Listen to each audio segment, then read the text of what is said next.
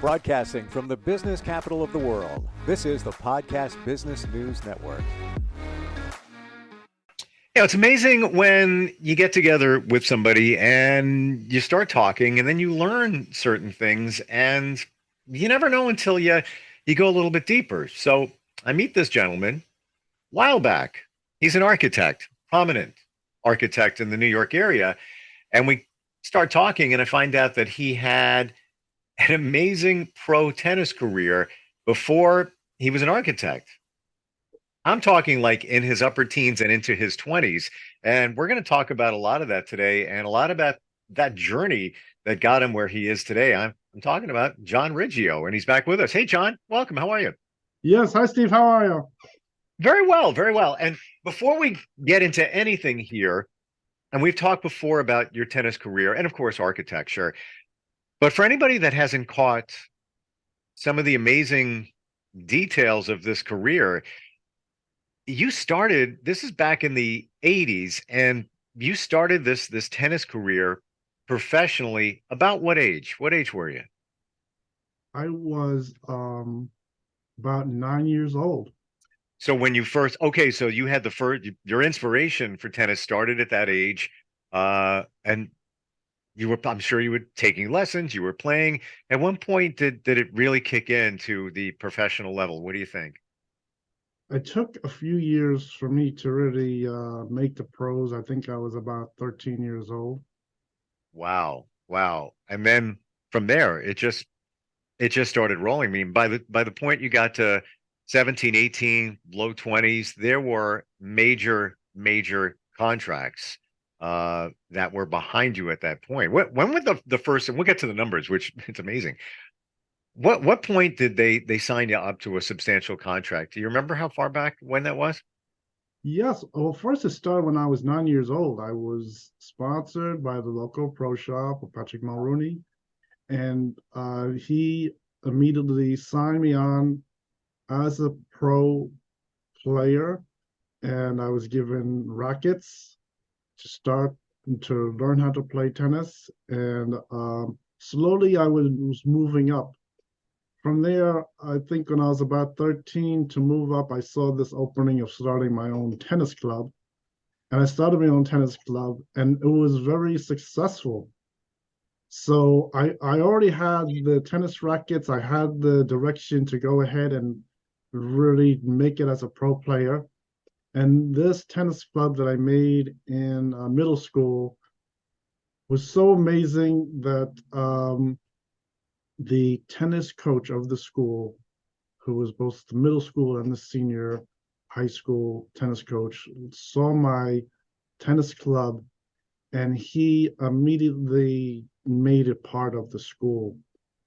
The first reason was that I wasn't allowed to have an independent tennis club really without supervision. They preferred it being supervised by a school teacher, tennis coach, because the games were right there on the property of the school. I used to organize the games with some of my friends, and we put together this whole thing of tennis. And it turns out this idea of how to play tennis and put together the matches was, he was so amazed. And it was really because when I put the matches together with my friends there, it turns out it worked exactly like the pro tour. He was really amazed that when I was putting these matches together, like we'd have two opponents play. If one lost, he would play someone else. If someone won, he'd move and play another opponent. And when I put this whole thing together, it turns out it was really being put together just like pro tennis, as the pro tennis tour works. Wow. So he was able to make it where my tennis club became part of the school, became the official tennis club. He started running all the matches. So I didn't put the matches together anymore. So at that young age, it was like maybe as before I was even 13, he started putting together all the matches, and this worked really good. And my ability started to improve. And he started to notice my playing ability starting to improve. Initially, my coach, Anthony Cambria, he did not know that I was sponsored by the local pro shop. but I think he started to catch on to the same idea of he started to catch on to the same idea as the owner of the pro shop, that I obviously have an ability to play tennis really good.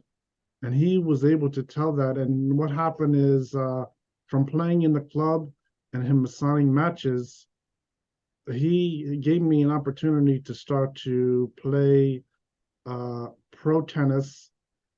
And the first entry into pro tennis as a junior player was really going through some numbers of ITF players. So to do this, I started to play some other kids that he put together. And it turns out some of these other kids, they weren't in the school. I didn't know who they were, but they were coming all the way from the US Tennis Center, because he was one of the sport administrators in the US Tennis Center there in Flushing, Queens, New York City. And he was able to get all these different pro players, and I started to play them. And as I started to win the matches, and at this time I started to win the matches, and my playing ability had to move up so quickly that you wouldn't believe. And most people, I think if you were to go out to play tennis for the first time, it's like learning tennis, like maybe for the first week, you just start to learn how to play, Mm. and your ability increases so fast. And at this point, my playing ability had to move up so quickly. I had to learn how to really hit the ball more accurately, faster, better. It was unbelievable, and I was able to do it, which was really amazing. It was very difficult to do, and I was able to get through. I went through the ITF numbers so quickly, it put me right into the ATP. So I didn't play a career in the ITF. Some people just stay in the ITF, but I didn't just stay in ITF. I moved right past there and went right to the ATP as a junior player. And from there, what happened was, as soon as I made the pros is when I signed the contract with Anthony Cambria and the Tennis Center. So I became a US pro player. And this did not conflict with my sponsor. They were able to coordinate together, so everything worked really good. Then the next step after that was getting picked up by one of the brand names. So they went through some of the different brand names, sent scouts over to watch me play. So as I'm playing these pro matches and on the courts, they had not sponsors, scouts from the brand name sponsors to come over and take a look at me. And they took a look at my different parameters, my height, everything like that. And the company that decided to pick me up was Prince Racket Company. So Prince Racket Company picked me up through the local pro shop. So the local pro shop coordinated all the rackets, and it's a big money thing. The whole thing is pro tennis. It really generates a lot of money, and so this was very good. Prince Racket started supplying extra equipment, tennis rackets, tennis bags, clothing, things like that. And they were big. That I truly remember my dad got me and my sister interested in tennis back then, and we would play tennis with him. And Prince was huge back in the 80s. That was a big deal back then. So the fact that they're hopping on board with you at that point, wow. And about now we're talking about what age were you? Okay, so from that age of 13, Mm. so, it slowly moved up between 13, and then I started to really move up in the rankings between 13 and 16. And I think as far as the tennis industry is concerned, I did obtain ranking number 1 in the US. And my coach, since he was really involved with the pro tennis at the tennis center, had all these different things. They were all recorded there, and he kept track of them. So I was really progressing very good. And I think now a junior player goes up to the age of 18. So there's all this junior pro playing going on. And it slowly moved up. It took a long time because my playing ability had to increase. I had to grow, and it slowly increased, and until I really got to the age of 18. But my initial ranking as a pro player was pretty high too. After I played these matches, I was given a ranking of 1500, the 1500th player. And the pro rankings usually start as low as 2500. So my ranking after playing, I already was able to jump ahead all the way up to ranking of 1500, which is very high. And I was able to hold this number. My numbers didn't go down. I steadily increased my numbers. It took a number of years till I was really approaching the age of 18 years old when I got the ranking of 500, and that is 500 as an adult player. So that was pretty big. I mean, that is a big milestone. Hmm. Um, and I think a lot of players you might hear numbers like 750, things like that. Some people can get intro to the adult players with more like a ranking of 750. Some players might even have a ranking. A place of people might have a ranking of like 1,000. And but my ranking of 500 was really very high, and it was made me the premier player there. That's why all the pros eventually came to my court, which is very rare. Very few players have that experience, and so that is what was happening. Wow. And as far as the sponsors go, yeah, my sponsors they slowly progressed, and I talked about some of the different sponsors as I got out of high school. I slowly made new sponsors. The pro shop, um, the owner went into retirement, so the pro shop had closed. So at that point, I started to make new sponsors. Hmm. Prince still kept me on after the age of 18, and I finally made new sponsors eventually going to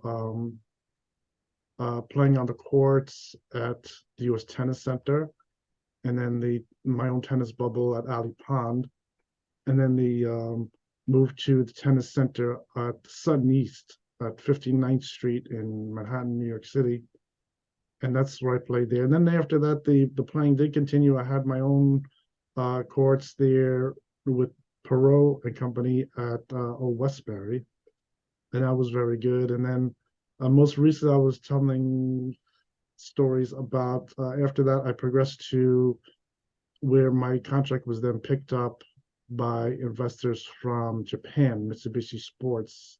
And And I just want to jump in here one moment here, John, and just tell everybody, you just said Perot and Company. We're talking about Ross Perot, the presidential candidate from way back in the day. He was a big tennis fan, and obviously a big fan of yours. yes, of course. Yes, he came down there. I saw him, and this was I was really big production at that time, and it worked really good. And I think at that time I also was able to meet my spokesman. I had talked about how I had a stand-in, but the stand-in and the spokesman were two different people. So the spokesman that was really answering questions for me around the world, and they could see him maybe on television was really another person, similar to a stand-up, but they were calling him a spokesman, and he was answering questions about my tennis tournaments and things like that. So So let's can you explain that more? Because you've said in the past, and I've heard of this too, that it's common practice that there's a stand-in. So obviously you shoot a movie, you have a stand-in, but they had somebody that used your name that was answering questions as you would answer. Uh, I guess as a stand-in so that you could be doing other things, but that's not what we're talking about here, right? A spokesman or a spokesperson. yes, that's correct. That he was really answering questions as myself because I really couldn't get everywhere.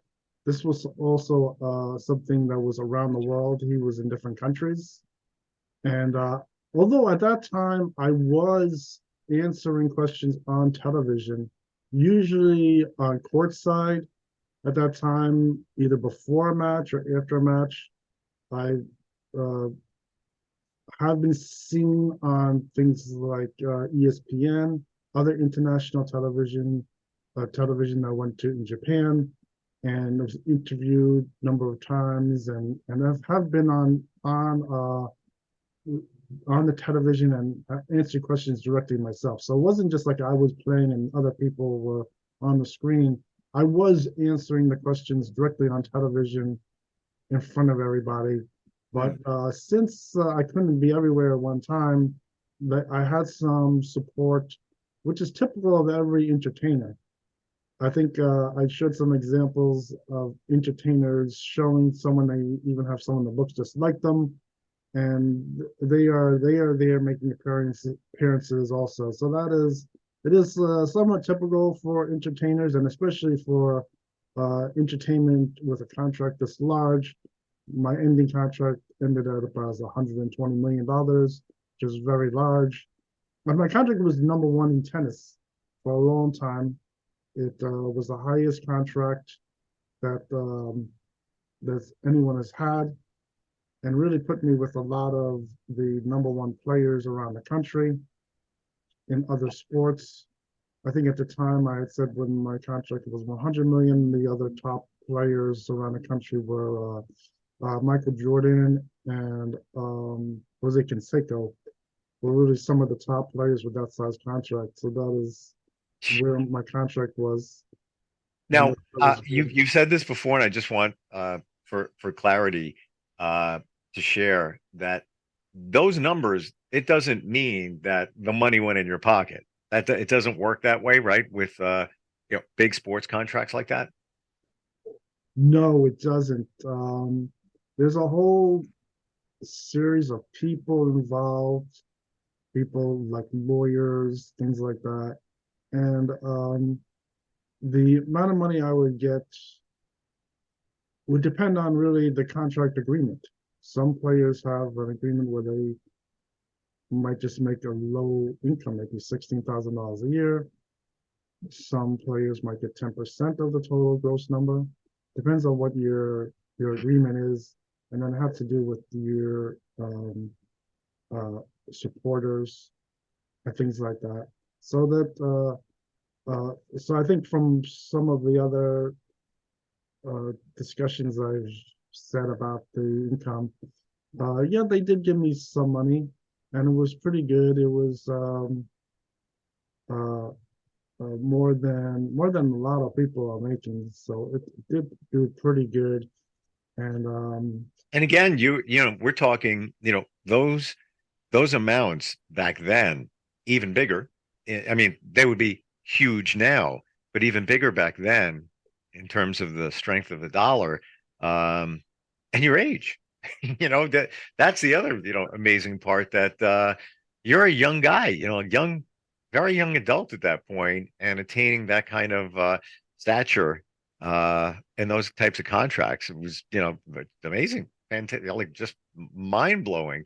And we mentioned before that you did get things like a Mercedes at one point, right? They supplied you with that, maybe another car as well. yes, that's correct. Yeah, I think during this time there were some automobiles, and that was really a symbol of my level of playing. So if anyone saw the car there, so me playing that it's my car, they understand that this is really um, top tennis, that it's really a lot of money involved. It's pro tennis. And yeah, I had some of those nice status symbols around me like that. It was pretty good.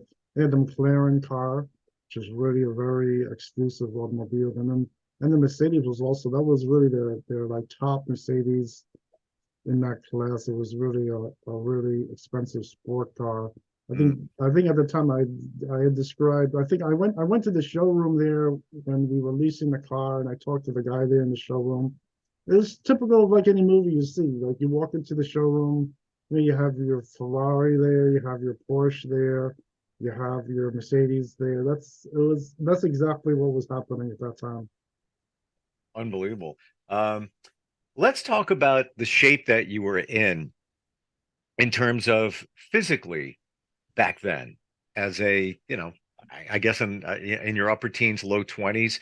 You had said before, even when you were in your upper 20s, in terms of your body fat, which, playing every day, hours every day, was incredibly low, correct?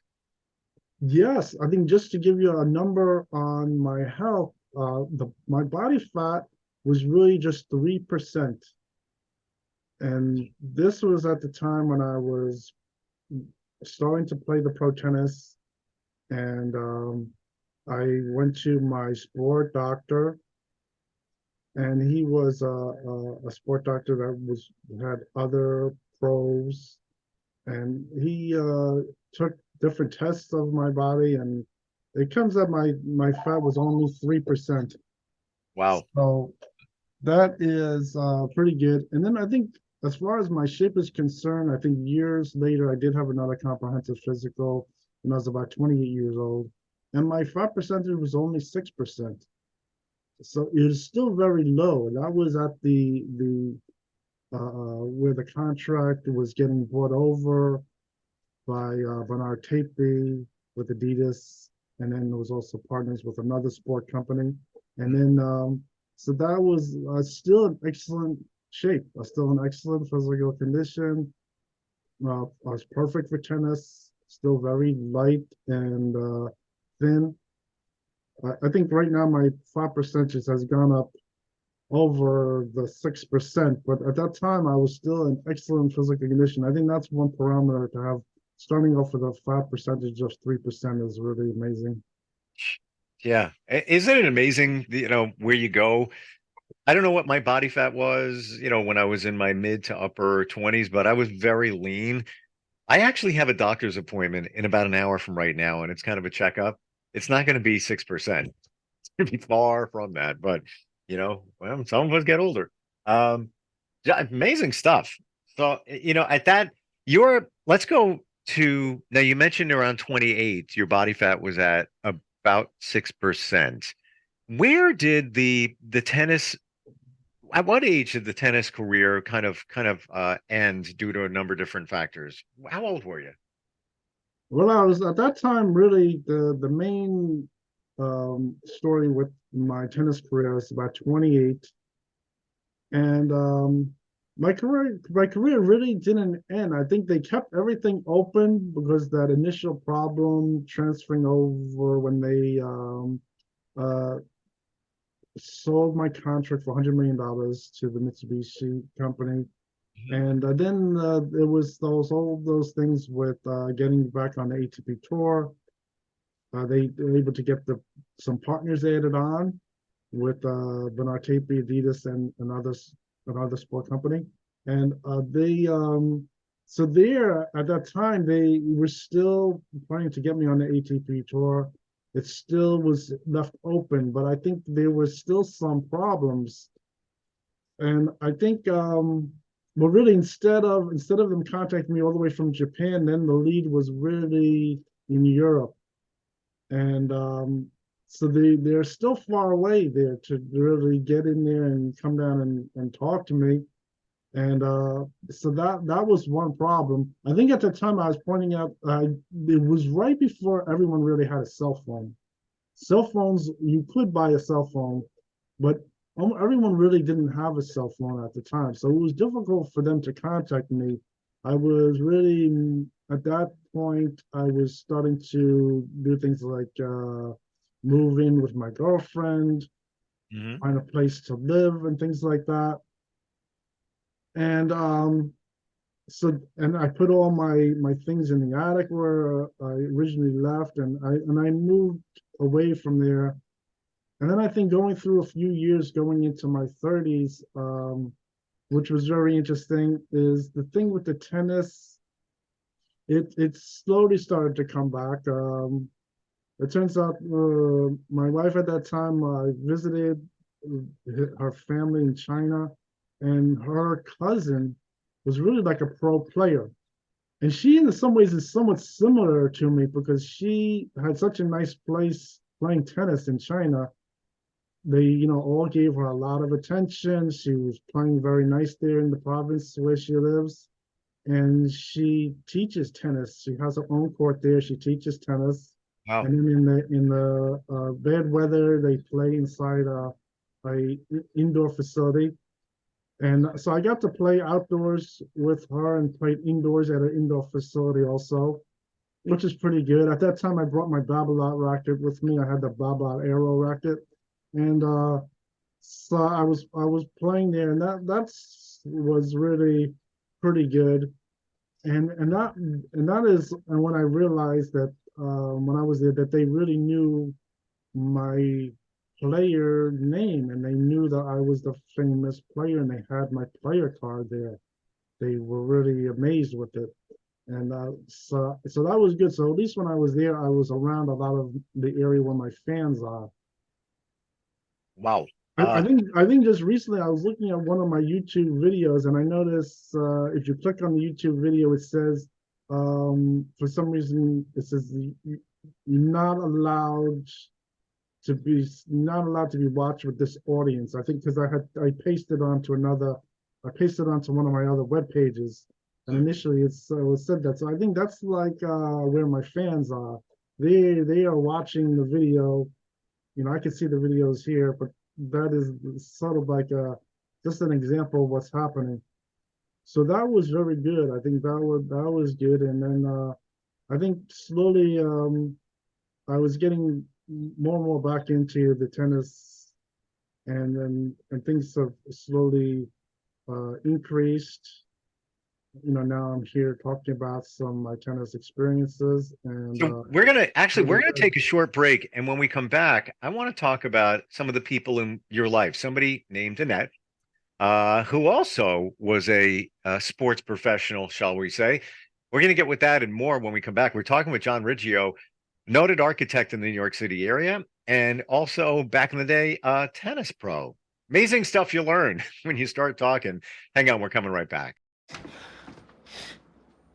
Your daughter just had her first breakup. Do you A, put yourself in her shoes, B, console her, Don't worry, sweetie. This is gonna happen a lot. or C, find her a new boyfriend? Nice single boys. That was weird. As a parent, there are no perfect answers. But you don't have to be perfect to be a perfect parent. Thousands of teens in foster care will love you just the same.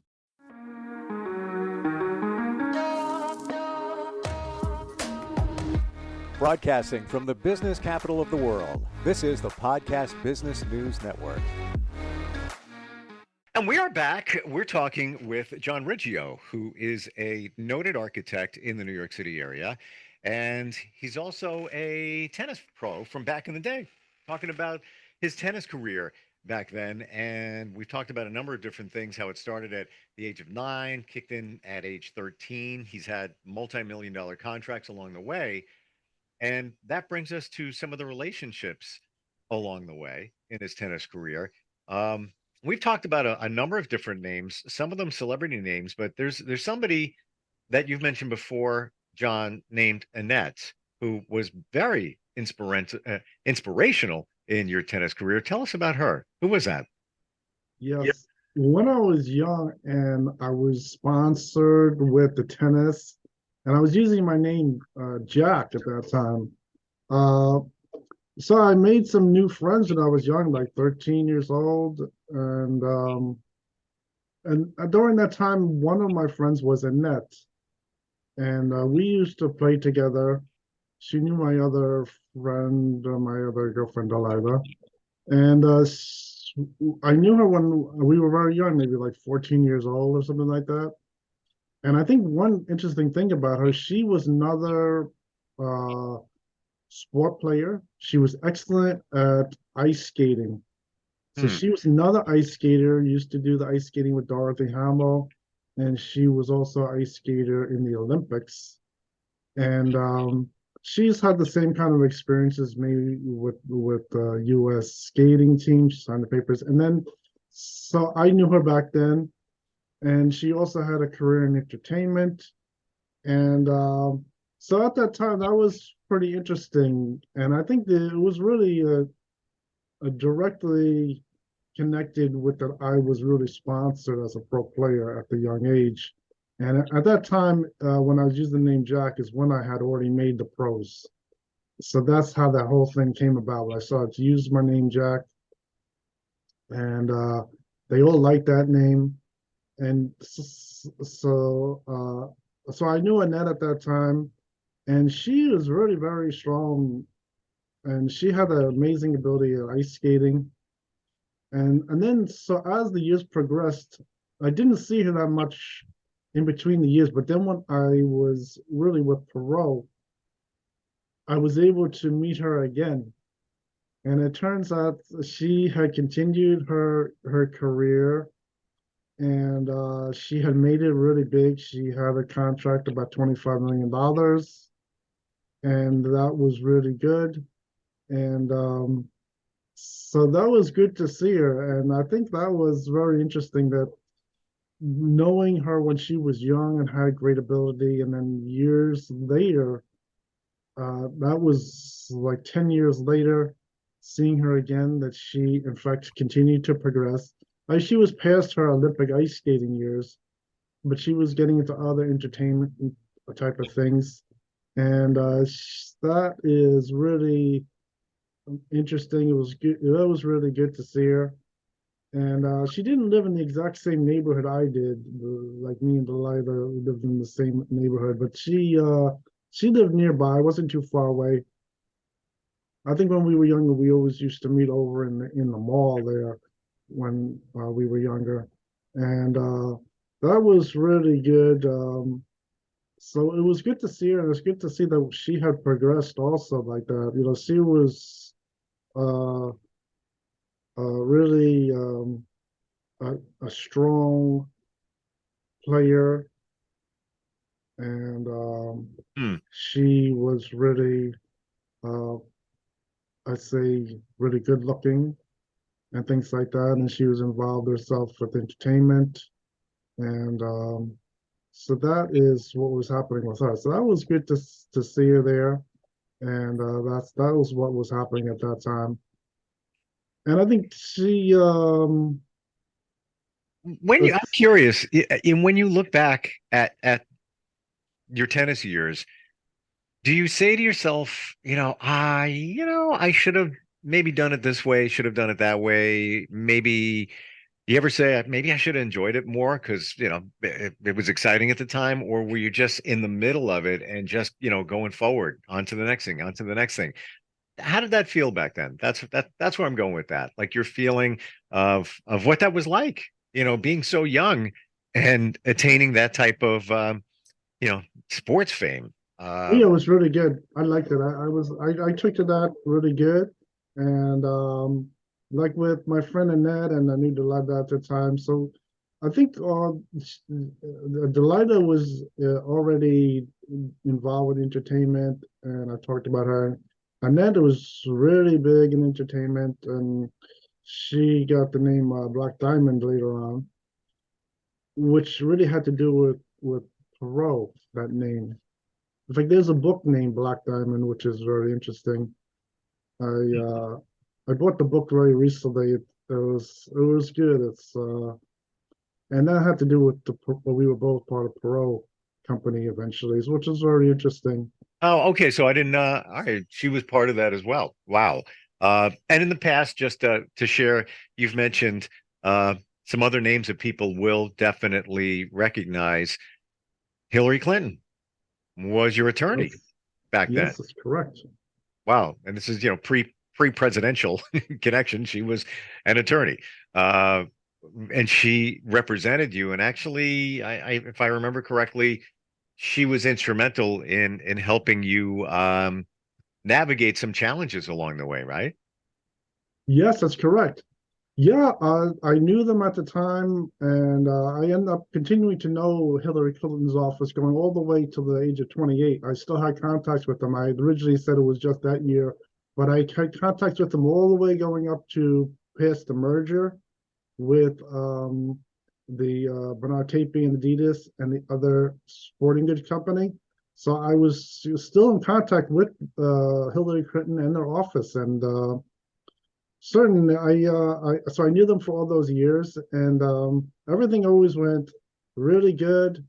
And they really put together a winning team, and we did really good. We were able to become very successful with that. And I think those whole things at the with the Japan and gaining partners was very exciting. It was able to gain on new people, and I think that was really good. And I think I discussed already going over to Hawaii, making that whole thing happen over there. And so that was really good. And that's what happened. I think going back to the story with Annette is yeah, me, Annette, and Delilah, we were all friends together. And in fact, I didn't say before, but Delilah had her name also. Her name was Chantilly Lace. And and it turns out she did have a direct connection with someone with the same name from Pennsylvania. She isn't the same person, she's someone else. All right, so I'm a little confused here. What is up with the name thing here? Oh yeah, that was just her entertainment name. So that was just one of her things. I Ah, didn't point out okay, what her name was. okay, I She got you did have an because your entertainment name. now I totally understand because your name and let's go back. Let's you're John Riggio, but as a tennis player, you took on the names of others or other names. What were Yes. some of those names you were known as? Well, I think my original name that I was going with was Jack Racket. Was really the name Jack Racket was really my name. Gotcha, gotcha. Okay. Which is isn't too bad. The name Jack really took. I still use the name Jack, and it isn't too bad. And I did go through a couple other sport names, a number of them, and a lot of them are in writing, which was very interesting. I think the name, when they were just saying my name was just the Beast, in some ways wasn't too bad because they know the name the Beast, it's obviously isn't my natural name, but they would just say I'm the Beast. I think the one big thing that stopped me using the name the Beast was really Prince Racket Company, who I was sponsored by, and that's the reason why they called the Beast because they have that tennis racket, the Beast. And they had this representative came down in person and talked to me and told me the same thing that I cannot officially use the name the Beast. It's copyrighted by Prince Company. Why is And that? yeah, maybe they were wrong. Maybe they were wrong. It would have worked better if I used their name, the Beast, because that would really show that I was really progressing with them as my sponsor. Because a lot of people after Prince, they move on to other companies like Dunlop, Schlesinger. I was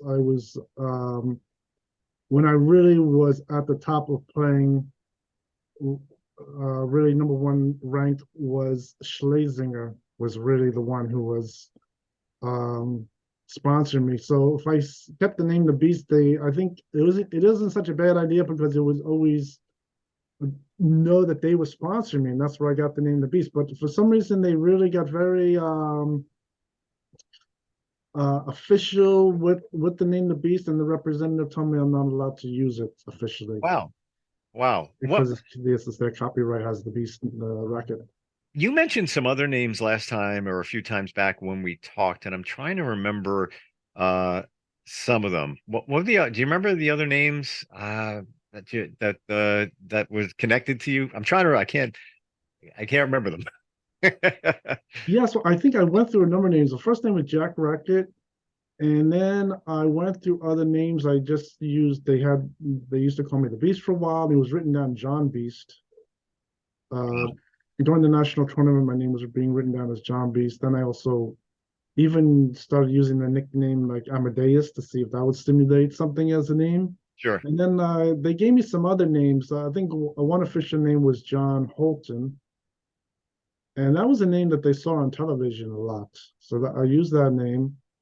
Hmm. And then the name John Vanderbilt was Ah, I remember here. the name now. And Okay. I think that name was really big. That was seen in the newspapers. I signed a lot of autographs with that name. It's a very nice name. And then I think after John Vanderbilt, the name was then Carlos Scipio. It was really Yes. like Texan. Yeah. That's how they described the name. And that was really good. And that was part of contract agreement. So that was my last player name. And I think at any time I could use the name provided my sponsors were around and would use the name as like an alias name. I think a lot of people have different names they use. Sure. I could easily could easily go on the court and use that name at any time. So I think as far as like promoting my tennis career, I was given some parameters by my sponsors and lawyers and things like that. I can promote my career to a certain extent, and I think like things like the name, my player names and things like that. Um, I really the best way to do it is really to have sponsors around to really do promote everything correctly. A lot of times that's because it starts to involve things like a stand-in, a spokesman, and things like that, advertisements that they like to use. Sure. And that is really what starts to happen. But as far as me talking here now, I was just sort of encouraged to promote my tennis career. And I think, like I was talking about last show, that I did have some old memorabilia someplace. I mean, it's like some of the old memorabilia, if it's ever found and really channeled correctly, it could probably be auctioned at a lot of money. It's probably worth a lot of money on if auctioned correctly. There's a whole world of sport business with things with memorabilia being auctioned. As far as myself, I'm not looking for any of the memorabilia myself. It's just sort of how things are done, sort of Yeah. in the sport business, how memorabilia is auctioned and all kinds of things like that.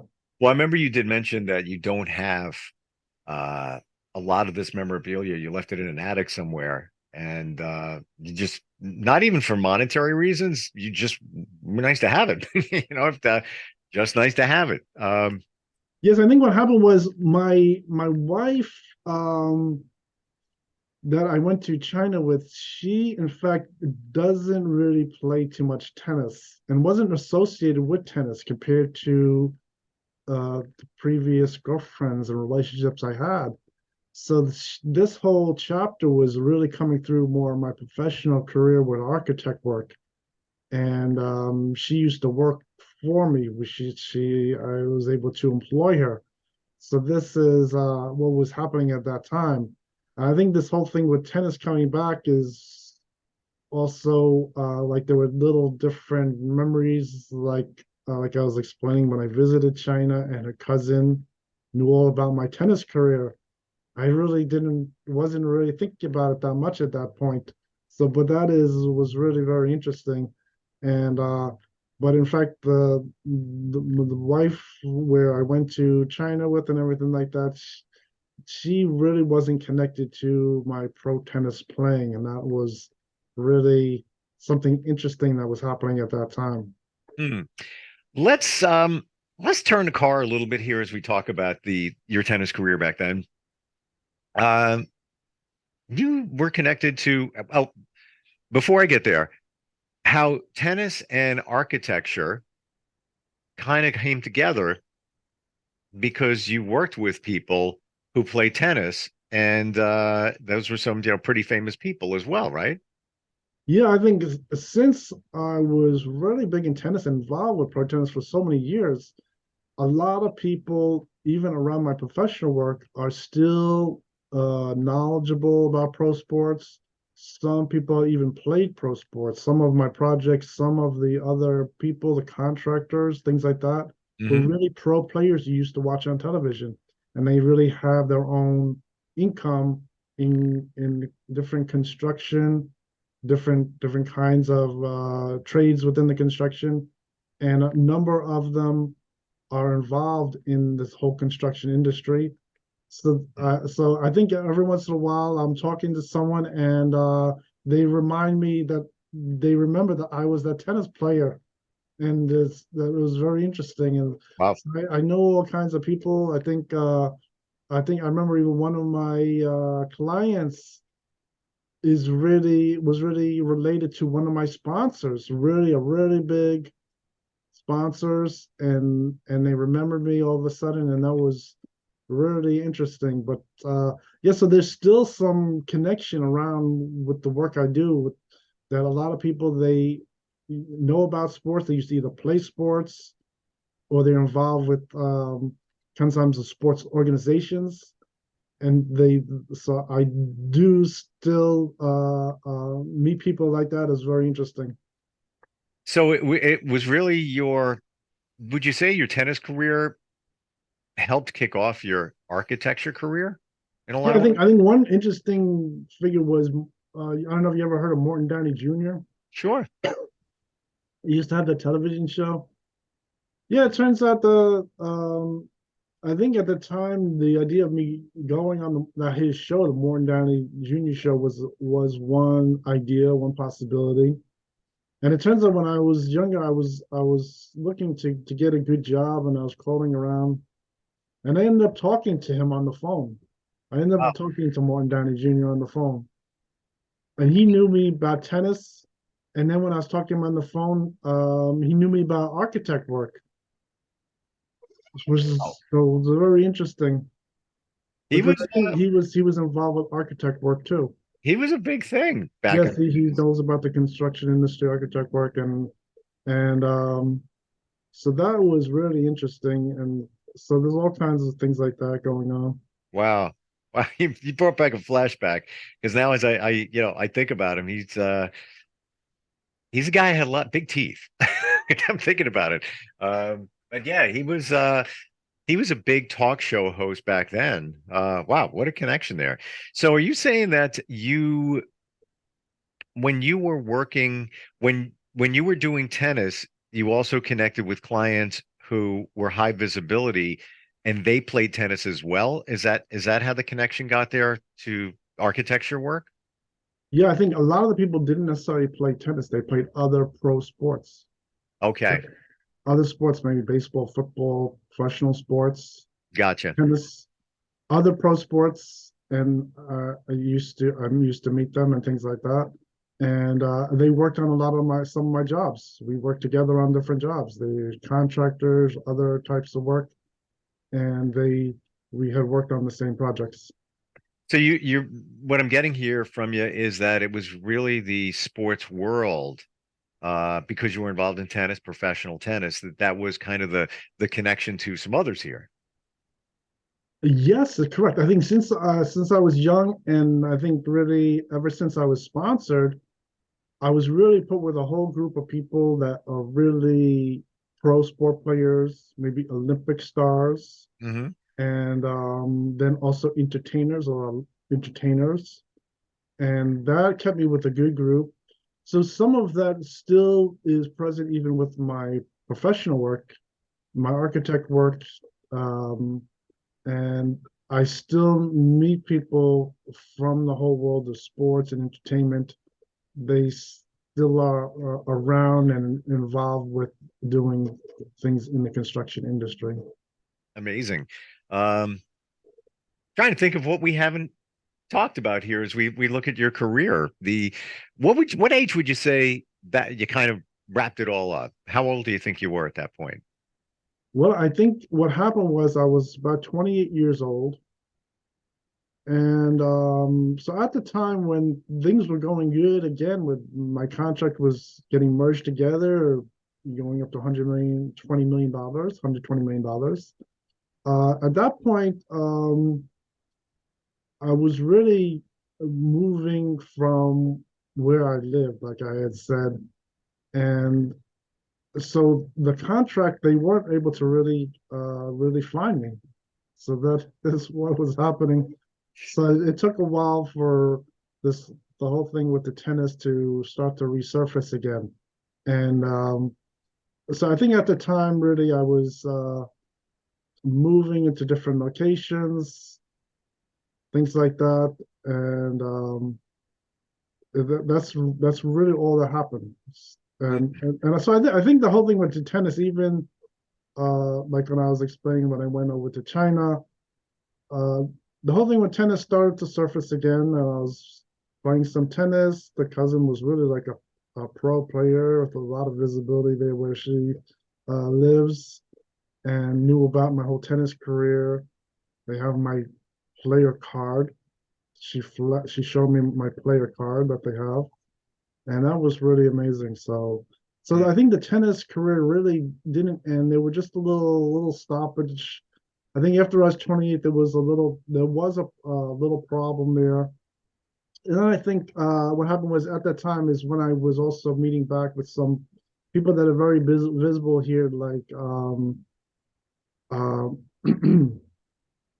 we had some players, like when I met Dvorak and Boris Becker and things like that. So for a little while, I was back with talking with some of those other players from when I was younger, playing with them, and but it didn't really relate back into playing on the ATP tour. But I did know them for a little while there. I think that was at the age of like around 28, 29 years old. And I was talking to them again and things like that. And so I was still with the same group of people. Well, I'm looking at the clock. I can't believe we're just about out of time here. Yes. Talked about a lot today. But I think really these videos are really very good. That little gap in time, I wouldn't really worry about it too much. But yeah, I think this is able to really get an idea of my tennis playing, and I think the whole thing at this point really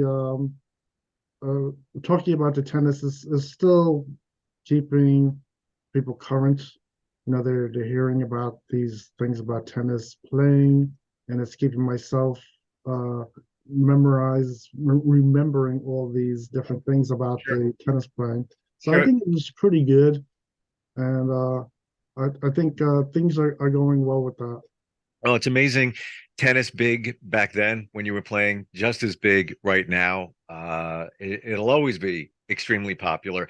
I want everybody to know your website is johnriggio.com. That's JOHNRIGGIO.com. Lots of details about your architecture work is there. And if somebody wants to, you mentioned the videos before on YouTube. Can we search those out? Is that even possible? Yes. If you go onto the YouTube and you look up John Riggio, professional tennis player, okay, you'll find all my tennis videos. I also have a separate YouTube for my architect. You look up John Riggio, RA Architect. Yes, gotcha. And you would see my architect videos. And I also have a page on Facebook for my tennis. So it's the same thing, John Riggio, professional tennis player, and it has a link to my list of playing tennis tournaments that is just put together. And all the celebrity names, people I know, things like that, all those personal stories, you could only really see them on the video. I haven't been putting them in writing. So this is really just like my own personal stories. If you watch the videos, you get all kinds of different information that you find interesting. I'm going to check that out. I've seen a little bit of it, but I didn't know it was that easy to search out. So, John, fascinating as always talking with you. Love hearing the stories and all the details of the past. And again, the website, johnriggio.com. Thank you so much for being with us today. You're welcome. Good talking to you, Steve. Are you looking for even more of the podcasts and hosts that you love? The Podcast Business News Network is proud to announce that you now have even more ways to listen live. Check out the MyTuner Radio, online radio box, and Simple Radio apps on iOS and Android, or find us online. Search for Business News Network on mytuner-radio.com, or search Podcast Business News Network on streama.com and onlineradiobox.com/US. Take your podcast on the go and don't miss a minute of the action.